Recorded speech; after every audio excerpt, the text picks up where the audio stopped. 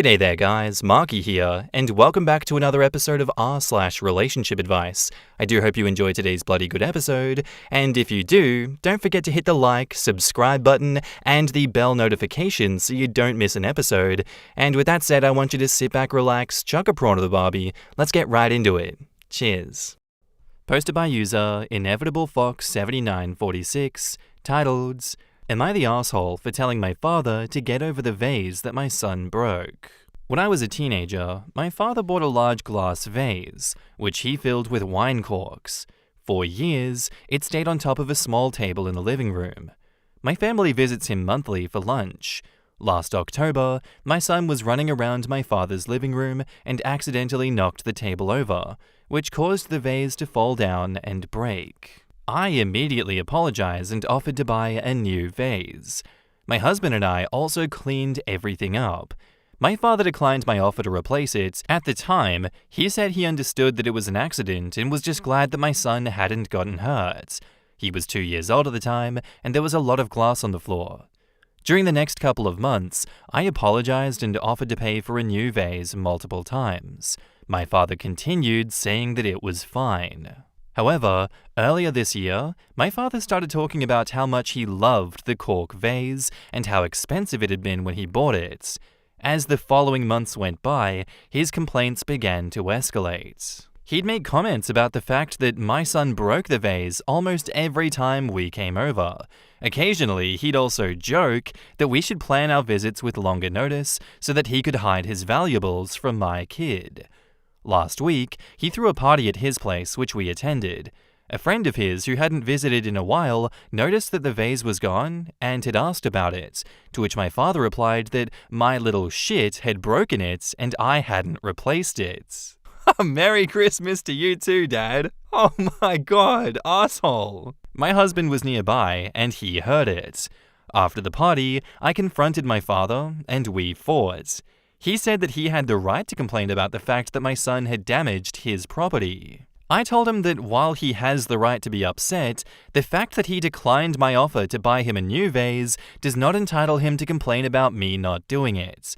He can either retract his forgiveness and work something out with me, or get over the vase and stop blaming my toddler for the accident. I won't have him calling my son names over this. My father is still insisting that I'm in the wrong here. Am I the asshole? In the comments, Denizen K says, the solution would be to buy him a vase for Father's Day, his birthday, Christmas, every holiday. Buy him a vase in perpetuity. Make him so plentiful with vases that he never wishes to see a vase again. Problem solved, not the asshole. I love the way you think. Or, buy him an empty vase and bring a bottle of wine to drink to deal with your dad's crotchetiness. Deposit cork in vase. At the next party, point out how many times you had to drink to deal with his complaints. I was thinking to get a new vase and some champagne, and then pop the cork which hits the vase and smashes it again. Not the asshole. For Christ's sake, your son was a toddler doing toddler things. Your dad should have toddler-proofed the whole house. You offered to pay for a new vase, he declined, so he can shut the hell up about it. I always thought collecting and displaying wine corks was just bizarre. Hey, look at how much I drink, everyone! I mean, I think it depends on how you do it. My in-laws pop a bottle of champagne at momentous occasions. Big birthdays, anniversaries, graduations. They keep the cork and write the occasion on it. I think it's a nice way of seeing all of the causes for celebration that they've had over the years. Everyone sucks here. I wasn't allowed to run around in other homes. I blame the parents and your father for complaining. Also, why wouldn't you just buy a new vase anyways? My dog broke my dad's glass water bottle. It was a special bottle that cost him $100. He said don't worry about it. Since he had it on the edge of the couch and all my pup did was walk by. I literally found this same bottle and shipped it to his home. He was super happy, although he said he didn't need another. When my friends come over, we go to a park so the kids can run. At my grandma's house, if the kids want to play, we sit on the porch. Children should learn boundaries of where to run and not to run. He's a toddler, so he should have had some toys or took him outside. I can't imagine allowing my child to run around my dad's house. He has a lot of glass. He's wrong for complaining, but you also should have just replaced it. This, her kid broke it, so why would she not replace it? What's this bullshit about asking if she had to? A sane person would just replace it, right? And even if he said no, once I heard him complain once, I would have replaced it. That way, if he did complain, I could immediately ask him about the one I replaced. OP says, commenting here because this is the most voted comment about this subject, I understand the assumption that I allow my toddler to freely run around people's homes, but that is not the case. In this specific situation, my son started running around seconds before the accident happened. I just wasn't quick enough to stop him. In subsequent visits to anyone, including my father, my husband and I have managed to stop him sooner. My son is generally a quiet kid, so this behavior isn't that common. Also, I offered to replace the vase more than once that day. He said no, so I didn't buy one. After that refusal, I had no reason to believe my father still wanted me to replace that vase. If someone gave me a similar offer and I declined, I would not expect them to go through with it, nor would I blame them for not doing so. In response to a deleted comment, Obi explains why this has become a problem now. They say, I haven't mentioned the vase in months. My father is the only one doing so. The only reason I'm getting involved now is because his comments are getting worse. How old is your dad? Hostility and personality changes can be linked to dementia. And OP says 60. Yeah, I'm just going for an easy, I don't think you're the asshole for this one. I think his behavior is ridiculous. And I do think that he knows it. He's wanting his cake and eating it too. Oh no, you don't have to replace the vase, but screw you. You're dead to me. Your child is dead to me because of the damage that you've done. But don't replace the vase, it's fine. What do you want from me, old man? Hey, old geezer? What is your endgame? And then imagine if he replaces it himself with a really expensive version and then continues on top of you saying, look at how you forced me to spend all this money to fix the mistake that your child made. Shame on you. Obviously, I'm projecting a little bit there and I'm extrapolating the situation. But, I don't think that that is stranger than fiction.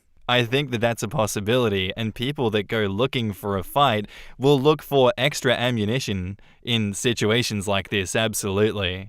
So definitely not the arsehole for doing it, and I think the previous comment saying you should have just replaced it anyway after the first one to get him off your back, I think that's something that I will employ in the future. And now, on to the updates. After reading your comments, I decided to offer to buy my father a new vase again. I explicitly told him this would be the last time that I would make that offer. If he said no and continued to complain about it, he wouldn't be allowed to see my son until he had calmed down. He eventually agreed. The store he bought the original vase from does not exist anymore, so I started doing some research. I found one that I thought was very similar at a furniture store near my place. I'd bought vases from them before, so I knew they had great quality. On Saturday, we went on our monthly lunch at my father's place and took the opportunity to give him the new vase. He seemed grateful at the time and had a cute moment with my son as they filled it up with the corks. I thought this was done, but the next day my father called me. He had looked up the new vase online and noticed that it was less expensive than he expected. Then he asked, "Are you sure this is the best you could find?" That's when I said screw it, I'm done with his passive aggressiveness. I told my father that we are no longer going to his place for anything. If he wants to see my family, he can come to ours. He protested, but I held my ground. My father did not communicate his wishes at any point and still complained about the outcome. I'm done watching my family be accused of being bad people, and I don't want this behavior to extend to my son any more than it already has. So this is where we stand now. My father doesn't like driving to my place, so I'm not sure about the future of our monthly lunches. I love my father, but I'm extremely disappointed in him. If all this means is that I'll see him less than usual for a little while, I might be a little bit glad. The time apart might be good for us. My greatest concern is my son's relationship with his grandfather, which I will try to encourage. The vase I bought would roughly translate to $100 USD. I don't live in the US. My father told me that he doesn't remember the original's price, only that it was more expensive than that. He was also not attached to the vase itself, but to the corks that were inside it, which he managed to salvage. I'm certain of the new vase's quality. In the comments, Art Shapiro says, "Not the asshole. Wow. Unless the new vase is obviously shoddy, which isn't the case from your description, his behavior is bizarrely ridiculous. I think you've made the best possible solution to this issue. At this point, it's up to him to humble up." OP says, "I don't regret buying the vase, but I've done my part. I'd never react to this the way my father did, and I'm very confident about its quality." Not the asshole. He says he's over it, but he keeps bringing it up. It's the same thing as somebody doing you a favor and never letting you hear the end of it. Did they really do you a favor? He was fine with the vase until he looked at the price. What difference does the price make if he was originally okay with it? The level of pettiness is amazing. So the price of the vase is more important to him than a relationship with his grandchild. Nice. Your kid's better off not being exposed to that kind of bullshit. Not the asshole. He had looked up the new vase online and noticed it was less expensive than he expected. Who does that with a family member when they've done their best to put things right? My greatest concern is my son's relationship with his grandfather, which I'll try to encourage. Kudos for that, but your dad needs to realize what's important and make an effort. OP says, "I'm hoping he does. I grew up pretty distant from all my grandparents, so it's always been important to me that my kid gets to be closer to his family. That said, I'm very well aware that it's my father's responsibility to make an actual effort here. Please make sure that your son doesn't become the butt of Grandpa's 'here's the little shit who breaks things' jokes. A funny family story can leave a permanent imprint on the targets." This gives me flashbacks of how I was made to feel horrible for losing the pitch pipe that came with my great-grandfather's violin. Like, my dad lost his right to the family heirloom because my grandmother was so offended. I looked up the cost of the replacement pipe, in its original box, $4 on eBay. My grandmother made me feel like a monster over $4. Opie, I'd like to throw you a different line. Have you considered the fact that your dad might have dementia? A dementia patient can fixate on things and ask repetitive questions about them. It's just now occurred to me that your dad may well be experiencing early signs of dementia. If it is, you can get him into treatment which may slow the progression of the disease. I'm a social worker who works with dementia patients. I know people like this. They are never happy with any solution and just want to complain to be the center of attention. Exhausting and good riddance to him. Same. I could see it pretty much immediately since those like him imprinted on my brain. What gets to me is he lied. He was lying at his own party saying they never offered to replace it. That's how we can tell he's a whiner who gets off on it. Yeah, he's displayed some pretty disgusting attitude, just, "Oh no, woe is me, the world is against me. I don't even remember them offering to replace it. My family sucks. Can someone please listen to me?" I think going low contact and letting this one settle for a bit is the best choose your battles kind of thing that you can do here, OP. Although his new battle of "this isn't expensive enough for me" really is ridiculous, and I don't know a good solution to that one. If you guys have a good solution to that one in the comments besides screaming abuse at him and saying nothing ever makes you happy, does it? Please let me know, because that's what I want to do. I want to have a full-on family domestic with this guy. Because seriously, that grinds my gears. I'm sorry, that's so annoying. Still not the asshole. Our next post is by user Cherry Cola Coca 1, titled, "Am I the asshole here for refusing to go to my best guy friend's wedding and telling my parents that I'm going to cut them off? I grew up with my family and another family whose parents were best friends with mine since high school. My parents had me, female 28, and my two older brothers, male 31 and male 35, while their friends had 4 boys, male 27, 29, 30, and 37. Growing up was pretty nice, but the boys used to pick me up a lot and exclude me during their girls are yucky phase. I wouldn't say that I see the boys as brothers, but maybe as cousins. I was close to the 27 and 29-year-old when we were little. I'll call them Adam and Jake. Until we were 15, we were really close and did a lot together. I don't talk to Jake much anymore. No hard feelings, but he grew up to be a classic tech bro and can be pretty condescending. However, our families are obsessed with the idea of us ending up together. The other guys are already married and Adam's gay. They have always pushed for us to be together, making us go to the store alone at Christmas, telling us both an earlier time to meet at the restaurant for Dad's birthday, talking him up a lot, etc. Then both Jake and I met our significant others. I've been with my fiancé for 5 years, and Jake met his fiancée 3 years ago. Our families have been very disappointed and have not welcomed our significant others warmly. Your families need to get that stick out of their ass. Put the romance novels down and go outside, families. Jesus. One Christmas, I took Jake's fiancée, Tracy, aside and explained the weird family law to her. With Jake, just like we did with my fiancé, we assured her that it was just a weird thing of our family and that Jake and I have not been close for ages and have never had more than a friendly relationship. Ironically, having to stand against our parents did make us a little bit closer. But we come to the problem. Jake and Tracy are going to get married soon, and it's been chaos. Our parents have upped their antics by 2,000%.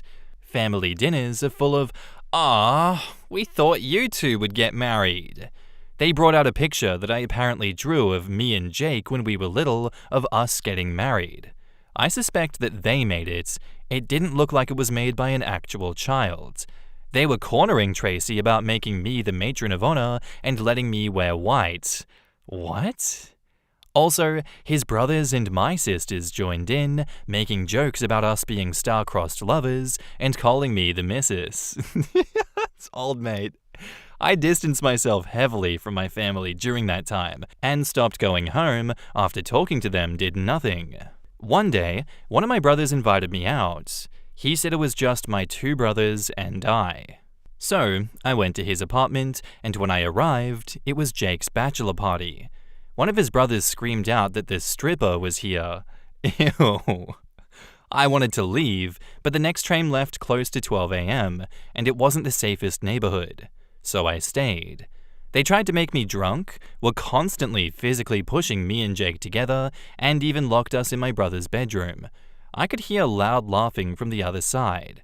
Jake and I didn't talk much. He apologized to me and asked me if I could not come to the wedding as I made Tracy uncomfortable. I completely understood and said that at that point I wasn't planning to go anymore. He offered to drive me home as he was completely sober. When they opened the door, he said we were going home. In their heads, that meant that we were going to be intimate or something because all the cavemen sounds started. The next day, my phone was blowing up. Someone uploaded a video of me and Jake leaving and captioned it, "Finally." It was very awkward. I am clearly uncomfortable, and so is Jake as we exit the apartment and enter his car. There were comments, calls, and texts. Tracy called me crying and cursing me out. Jake called me apologizing and telling me he tried to explain. My mother and his mother sent me a bunch of texts saying how proud they are and that it was about time. My fiancé is understanding, but he wants me to make clearer boundaries with my family. I drove past their house and they were all there. They didn't even let me talk and were just love-bombing me. I started screaming and I told them that Jake and I have never and will never be together, and I will not be leaving my loving fiancé. That I would not be going to Jake's wedding, and if they kept up with this, I would cut every single one of them off because I'm tired and just want to live my life, and not their incest fairy tale. By the end of the meltdown, my mother and his mother were crying, and my father just told me to get out. Since then, I've been getting messages from my brothers calling me a witch for treating my family like that because they only wanted the best for me. So am I the asshole here? Edit, no, an Uber was not an option. Taxis and Ubers are ungodly expensive here, thus I take the frickin' train. Also, no, we don't have a car, Tracy was away, and my fiancé had a night shift. In the comments, Bella Rose 36 says, "Not the asshole. Both families are insane, and your brothers are gross for even participating in this disaster. You and Jake have made it clear that you are not interested in each other romantically, and you are currently both engaged to other people. However, both sets of parents and siblings' incessant behavior are adding fuel to the fire and causing a divide, but are blaming you for their disregard and ignorance. I'm baffled and stunned that these adults think that what they're doing is okay. They are being selfish and manipulative and need to look in the mirror and examine their immature and abhorrent behavior instead of insulting and putting blame on you. If you don't mind me asking, where do you live? I'm shocked that this is even happening. You should get both families and your brothers to read this. They should be ashamed of themselves and embarrassed for acting like emotionally immature teenagers. I'm gonna go a long shot and say Australia, because missus, but who knows? Could be America. Calling their own sister a stripper for Jake's pleasure is beyond gross. Agreed. The brothers' actions during the bachelor party were the most outrageous behavior in the whole story. It's bad enough that the parents have gotten OP's brothers in on their delusional fantasy, but what her brothers did is just beyond all sense of decency. I bet you that their behavior is not that different outside the bachelor party. This poor girl has just gotten used to their bullying. Not the asshole. I grew up in a similar situation with a close friend of mine. It didn't really stop until she came out a couple of years back, but her mother still refers to me as her son and talks about what could have been, even though I'm engaged and her daughter is, again, gay. It drives me crazy that parents try to force shit like this on their kids. OP asks, how did you deal with it? Did it get better? Did they ever tell you why they were so obsessed? It sounds like a fantasy the two families built up over your lifetime that just got stronger over the years. I think it's time for a timeout. I would write up an email or a letter or text and mass send it to your brothers, who are disgusting, by the way, for their behavior at the bachelor party, and parents. Don't bother with the other family. They aren't yours to deal with. Let them know in detail how they've hurt and upset you over this issue, and tell them that you're on a timeout from contact with any of them, that if they offer sincere apologies, you'll consider allowing them back in your life, but until that time, you're going to concentrate on building your life with your partner. Then block everyone. I think your mental health will improve immensely with that stress removed. I read somewhere about how to properly apologize using the 4 R's. People need to take responsibility, meaning they acknowledge what they've done, no excuses. They show true remorse. They must do their best to repair the damage they've caused. And they must commit to not repeating it. Without an apology this detailed, I would never let any of those wackos back into my life. What the actual hell is wrong with them? I'm so sorry this happened to you. Back to the question there, would you be the asshole for refusing to go to the wedding and telling your parents I'm going to cut them off? No. You've made it crystal clear to both people getting married here that you aren't going and why you aren't going. The only ones offended about that are your parents and family with their weird delusions. They have no right to be upset about you refusing to go to their wedding. This is something that they have knowingly caused. And telling your parents you're going to cut them off, again, cannot make you an asshole here, because if you've been abused and attacked like you have in here, I don't think telling them that you're going to cut them off is going to make you an asshole. I think this goes beyond the realm of assholery. I think they very much deserve no contact for a good long time until they learn the error of their ways. Though when you're a part of a hive mind like that, and you guys have all fed into your own delusions, I don't know if they're going to realize that they're in the wrong here. They could just rationalize it being like, oh, you know, she's just having a moment, she'll be back, she's overreacting, yada yada yada. I would hope that's not the case, but we have seen weirder. Not the asshole. And now, onto the updates. Update 1, Jake and Tracy broke up. 2, my fiancé was cheating with Tracy the whole time. 3, I think I might have feelings for Jake, but I can't let our families win. 4, I'm pregnant and it's Jake's. And if you guys believe that, I have a bridge to sell you. I'm kidding. I just thought this comment was particularly hilarious. First of all, thank you for all of your insights, especially those of you who reached out in the comments and privately with similar stories. I honestly thought my family was the only demented one, but apparently it's a trend. Also, a lot of German parents have done that. Now for the real updates. My fiancé and I spoke and concluded that cutting out my family for now would be the best option. I sent a message to my parents and brothers explaining my decision to distance myself for the time being. I emphasized that while I love them, I cannot continue to endure their pressure and manipulation. I told them their behavior has made me resent them and, to some extent, Jake. They ruined any friendly relationship that we could have had and made me feel gross and exploited. I told them that they were setting me up to be sexually assaulted if it had been anyone else but Jake. I also told them that their controlling behavior was the reason I never told them anything about my life. I told them that it hurts to be with them, and I'm in a bad mood for days after meeting them. I never look forward to holidays with them, and have caught myself wishing that I would get into an accident or get sick before the holidays to have an excuse not to go. They cut themselves out of my life, and they will not be there when I get married, have kids, or in any other life achievements. After sending the message, I left the group, blocked them all, and felt really light. I cried with my fiancé for hours, and I didn't really know if it was tears of sadness, relief, or happiness. I was so conflicted, I just kind of fell asleep. Jake has also cut his part of the family off. According to Tracy, he just went to their home, dumped a sack of their stuff on the table, told them to stay the hell away from him, and left. His mother tried reaching out to me, and my father tried reaching out to Jake. Our fiancés had been targeted by them too. My parents sent the police to my house, claiming my fiancé had me there against my will. We talked to the police. They couldn't do much, but assured me that they would leave a note in their database clarifying that I am not being abused. I also asked how to go about a no-contact order, and they pointed me to the resources. They also said they would tell my parents to leave me alone, and noted that should they make false reports, they would have to cover the cost of the drive out to me. As of Friday, we have different numbers. Tracy's coming over this afternoon, and I'm taking her to my nail salon, and afterwards, we're going to a game store because she really wants to play some escape games. Jake and I are still not close, and he's also not close to my fiancé.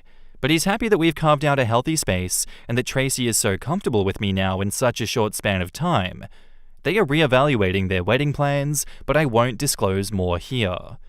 Also, to the people that made fun of me for saying that I couldn't drive by anywhere without a car, I have a bike. Anyway, that was it. It was only a week, and I don't see this going much further.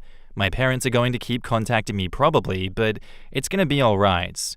We are all alright. In the comments, AbsoluteRec98 says, "I love your sense of humor. Definitely got my laugh in from the first paragraph, lol. As for your families, good on you and Jake for cutting everyone off. I doubt that false report of you being abused is the end of it though.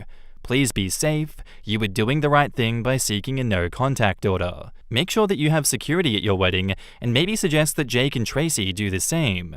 Update 5, Tracy and I are now engaged. Update 6, Tracy and I are both pregnant with triplets. Twins are so last year. I'm glad Tracy came around and realized that it was the families doing this and not you and Jake. This is exactly what you need, and you'll be a lot happier for it, especially in the long run. You're taking care of you and your chosen family, and that's all you need to do. Enjoy your freedom. If the four of you keep a united front against your families and make sure boundaries will be respected if you let them back in your life, hopefully this is over. But it'll take time for them to understand their twisted dream of marrying two of their children to become one happy family is not happening. What they didn't understand is they already had that, because family isn't always determined by blood or marriage. Friends can become extended family by choice. Wild that people were giving OP shit for not driving. As someone who doesn't drive, this doesn't surprise me at all. People seem to think not driving is a moral failing. I usually just tell people that I have a medical disorder, which is true, and even with that, people will try to figure out which disorder and try to tell me what I can do to fix it so I can drive. I don't drive, and the most I've had is a curious question as to if it's because I don't want to, or can't, or if I plan to do lessons at some point. I think it's seemingly just dependent on where you are and how car-centric things are. Do you wear wigs? Will you wear wigs? When will you wear wigs? Part of me also wonders if it's a Western European thing versus United States thing. I've also learned that many developed European countries have cities that are very interconnected, so it's not really such a heavy requirement to drive everywhere. On top of that, parking space and the ability to afford very limited, whereas even in cities in the United States, you do need a car. New York is really a very much unique thing among cities in the US. There's no way you're getting around Los Angeles or Miami easily without a car, to be honest with you. And you just have to pay hundreds of dollars to park your car, where in Europe, you can get away with owning a bike at most. I think that's something that's mentioned quite a bit on here when we talk about Reddit and the intermingling of people from different countries. And that's where I'm going to end today's episode, guys. I do hope you enjoyed. If you did, let me know what you thought of it in the comments down below, and I'll see you in the next one. Bye!